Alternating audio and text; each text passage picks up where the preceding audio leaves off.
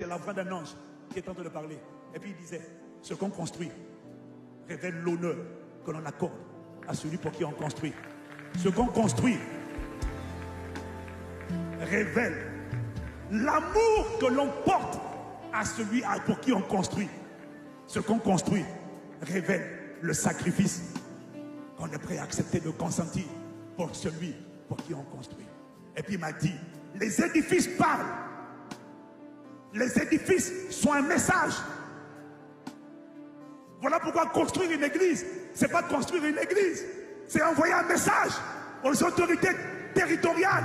C'est leur dire qu'un nouvel ordre, une ambassade est là. Parce que tant qu'on n'a pas d'église, on n'a pas vocation à rester. On fait que passer. Satan préfère les croisades à la construction des églises. Parce que les croisades passent, les monuments demeurent. C'est une déclaration de guerre. Tu viens établir une ambassade dans un territoire hostile. Et puis j'ai entendu, pendant que j'étais là, les voix se moquaient. Et puis j'ai entendu la voix qui a dit, je me suis trouvé un peuple qui va me construire un hôtel au cœur de la francophonie, à la capitale de la francophonie. Et puis il m'a dit, de cet hôtel partira un son. Et puis il a décrit, il a dit, ça sera un aéroport spirituel, ça sera un lieu d'interconnexion, un hub de départ vers toutes les destinations du monde. Et il a dit, je me bâtirai. Et il m'a donné le nom. Et à l'époque, il m'a donné Hôtel Royal. C'était la description. C'est au moment de l'inauguration qu'on a changé en Cité Royale. Parce que Papa Karoui m'a dit de mettre la cité, parce que le mot A-U-T-E-L était un mot incompris.